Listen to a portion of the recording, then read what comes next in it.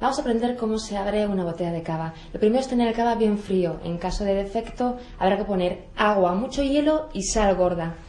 En 5 minutos lo tendremos ya muy frío. El siguiente paso sería, por la anilla, quitar la anilla que tiene los cavas por arriba. La quitamos. Ponemos el dedo gordo para, por si acaso se nos escapa el corcho. Giramos la arandela metálica que va a sujetar ese corcho, la abrimos un poquitín y por casualidad, para que no se nos vaya, vamos a intentar sujetarlo con un trapo, giramos la botella y abrimos.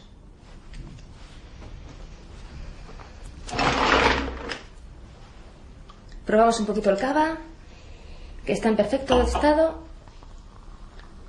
y la servimos por lo menos un tercio, por lo menos para que no se nos caliente la copa, el cava en la copa, porque lo que sí que es desagradable es tomar una copita de cava y un poquito caliente. Y por favor, no pongáis la cucharita en la botella, porque lo mejor es acabar la botella de cava.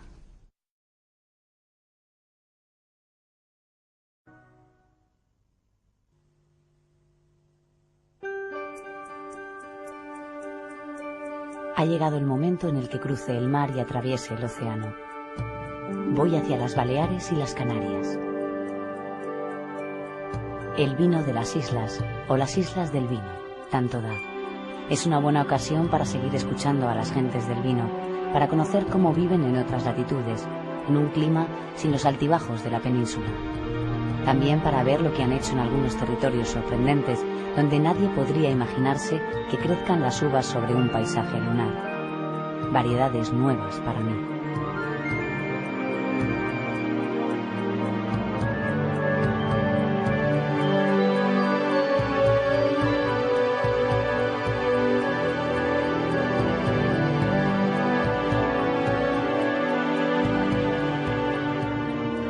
Un lugar en el centro del Mediterráneo, las Baleares. Un lugar en el centro de Mallorca, Binissalem. Unas variedades únicas para vinos tintos, Manto Negro y Cayet. Del Manto Negro se dice que solo se encuentra una variedad parecida en Chipre. Y una incógnita, no del todo resuelta. ¿A quién se le debe más en el mundo del vino en esta isla? ¿A los romanos o a los árabes?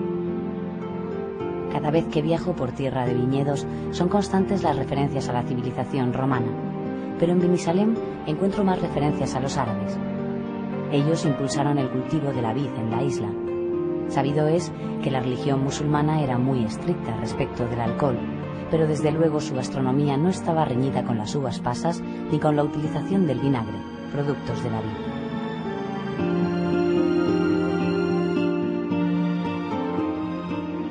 En cualquier caso, la observancia religiosa no debió ser muy rigurosa en la isla. El cultivo de viñedos se extendió aún más con la llegada de los cristianos y alcanzó su apogeo a mediados del siglo XIX, cuando se citan hasta 40.000 hectáreas de explotación.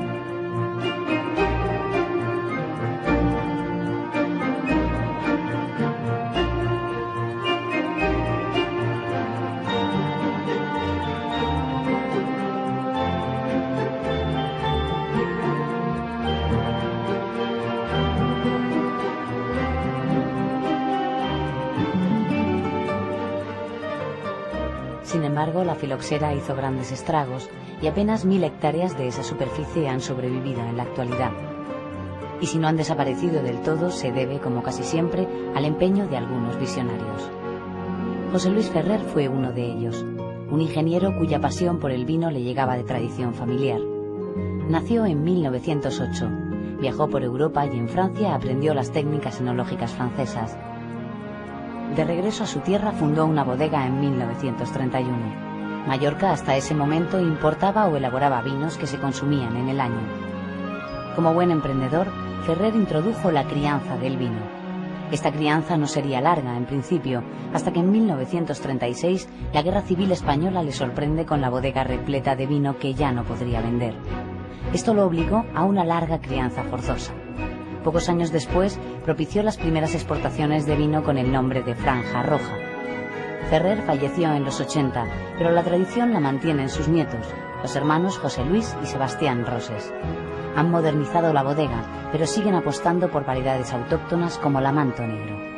La Mantonegro es una variedad muy peculiar y que da alta calidad a producciones muy cortas. Lo que no se puede es tener altas producciones. Estamos hablando de un máximo de 1,5 kilos por cepa. Con estas producciones da unos vinos muy interesantes, en el que quizá pues algún año que llueva en exceso, entonces es cuando quizá necesita el apoyo de otras variedades en pequeños porcentajes, 15-20%, para soportar una crianza larga. Representan el 40% del vino que produce la isla, donde el cultivo del viñedo apenas supera las 1000 hectáreas. Venden en Alemania y en Japón, a veces en cantidades superiores a sus ventas interiores, pero tienen un problema que no es sencillo de resolver. El único problema que tenemos serio es el encontrar terrenos en esta isla, en la cual lo que dominan son los extranjeros que vienen a hacerse su chalet o su segunda residencia, en la cual cada vez es más difícil conseguir terrenos para el cultivo. O sea, nuevos terrenos es muy difícil. Pero estos mismos extranjeros a veces están comprando terrenos y lo que quieren es ver viñas alrededor, casi como si fueran jardines. Entonces hasta se puede llegar a un entente con ellos de que ellos tienen su jardín, que es unas viñas, se cultivan las viñas y se tiene más uva para ir siguiendo con este ligero crecimiento de producción que se está haciendo. Antes de dejar estas islas, visito Palma, ciudad que me regala su brisa mediterránea. Baleares busca, como otras tantas tierras de España, un estilo. Pero ese estilo puede llegar de formas muy diferentes. Uno siempre ha sido el de la tradición familiar que permite a una generación mejorar lo que hizo otra. Pero también está el talento en sentido estricto. Y en Felanitx me encontré con un curioso caso. En 1994, después de una fiesta, estábamos con unos amigos que eran Miquel Ángel Cerdà y Pere Obrador y decidimos hacer un vino para consumo habitual. Lo que pasó es que el 94 fue una añada excelente y nos dio unos vinos bastante estructurados, lo suficiente como para ponerlos en barrica nueva. Luego decidimos, cuando terminamos la crianza en barrica, lo probamos con Juan Luis y decidimos sacarlo al mercado. Y así ya empezó la historia de Ánima Negra. Poco a poco pues fuimos reinvirtiendo lo que íbamos ganando y sacamos la historia de adelante. Ánima Negra ha logrado un sorprendente reconocimiento en poco tiempo. Rompe algunos moldes. Gente joven, aparentemente irreverente, aparece en el mercado de golpe con un vino que preserva una uva autóctona. En este caso, la Cayet, que es seleccionada de entre viñedos muy viejos, mezclada con Cabernet Sauvignon. En un principio creo que el vino ha tenido bastante aceptación porque es original, sobre todo por la historia de la Cayet, que es la que da la originalidad total. Y quien lo prueba no lo puede asimilar a otras variedades. Por ejemplo, ha habido gente que lo ha probado y lo ha asimilado a la Shiraz y otra gente a la Nebbiolo.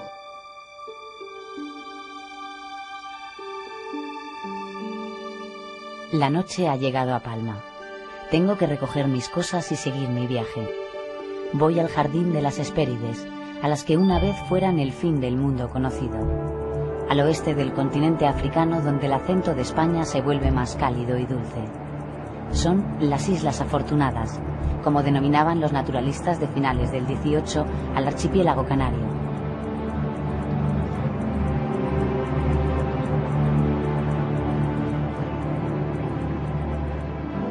Un conjunto de paisajes, de contrastes, de salvajes apariciones entre cumbres que se acercan al cielo. Volcanes que duermen en silencio, un enigma para cualquier habitante de este siglo.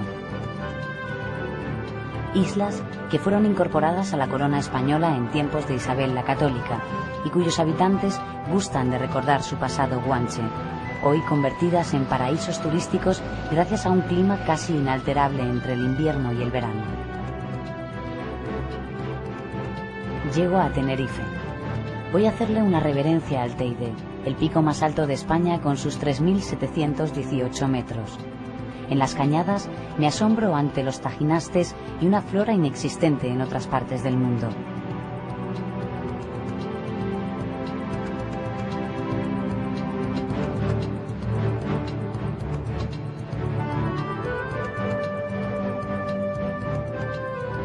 Me dicen que esta isla era el granero de las Canarias hace siglos. Salta a la vista que Tenerife es como una pirámide sobre el mar que atesora una tierra fértil, rica en materia orgánica, muy permeable, tierra en la que la humedad está garantizada por sus pequeñas lluvias frecuentes los rocíos matinales y esa niebla tan característica que recorre la isla de vez en cuando.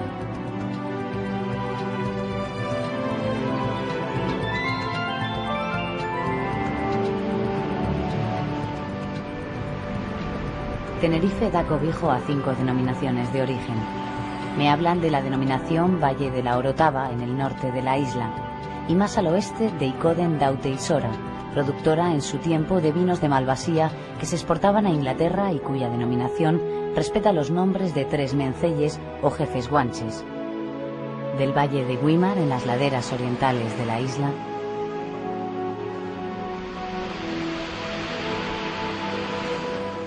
y de Abona, en el sur, donde algunas plantaciones se han instalado sobre los 2000 metros de altitud. Hago un alto en el camino. Con un plato de potaje y vino blanco a los que me convidan unos viticultores de la isla, saboreo la amabilidad del chicharrero, como también son conocidos los tinerfeños. Y en el norte de dicha isla, en una zona que se extiende de la costa a altitudes que rondan los 1000 metros en apenas 15 kilómetros, descansa el viñedo más extenso, el que ha dado lugar también a su primera denominación de origen, la de Tacoronte Acentejo, reconocida oficialmente desde 1992. Oigo el canto de un mirlo mientras camino entre bancales, en las laderas menos pronunciadas. Donde hay monte, hay mirlos. Un agricultor me dice que no es bueno escucharlos. Son caprichosos y querrán probar el fruto de la vid. Aquí la vid ya está en flor cuando en la península apenas comienza la primavera.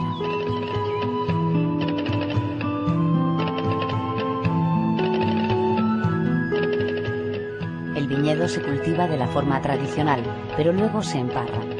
Así me cuentan cómo el viñedo estará en el suelo entre noviembre y febrero y cómo será levantado en parras a partir de marzo, cuando empieza a brotar, para que no se lo coman los conejos.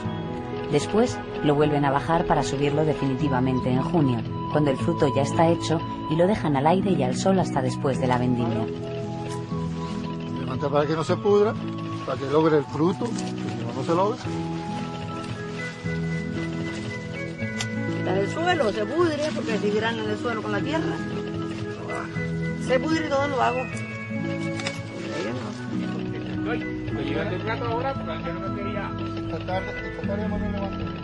Estas tierras trabajan para la primera bodega de la isla, Viña Norte, una sociedad donde ponen de su parte 600 agricultores, el cabildo y el ayuntamiento. Elaboran con uvas autóctonas como la Listán negro, la uva preponderante, la Negramol y entre las blancas la Listán. Han pasado la línea de los caldos tradicionales y aportan al mercado novedades como un tinto de maceración carbónica y un crianza. El secreto de Viña Norte, marca principal de bodegas insulares de Tenerife, creo que radica en distintos factores. Por un lado, la enorme diversidad de los viñedos de los más de 600 socios que constituyen la empresa. Por otro lado, el cuidado o el esmeradísimo cuidado con que nuestros viticultores atienden sus viñedos, mimándolos diariamente y máxime teniendo en cuenta las condiciones adversas que durante el periodo de maduración caracteriza la comarca en la que estamos implantados. Y además del excelente trabajo del equipo técnico de nuestro enólogo, pues el resultado es un vino que en principio ha tenido un enorme éxito en nuestros mercados tradicionales, el archipiélago canario, pero que ya esa importancia está trascendiendo nuestras fronteras, las fronteras del archipiélago.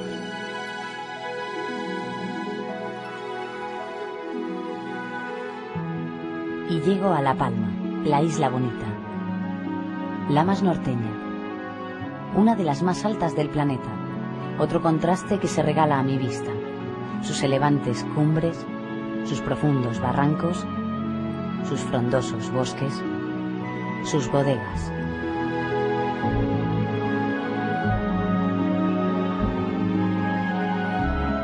La isla toda es una tentación, pero no puedo resistirme a hurgar en su alma en el Parque Nacional de la Caldera de Taburiente.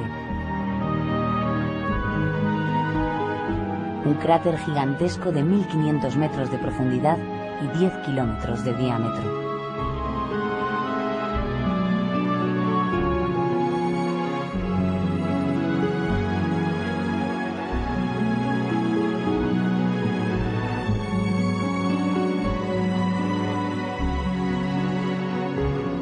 La isla reparte sus bondades con el vino en 3 zonas. Hoyo de Mazo, al este de la isla, elabora caldos con más cuerpo y grado. En el sur, Fuencaliente destaca por sus vinos de Malvasía, que ya describía Shakespeare al hablar del caldo de las Islas Canarias.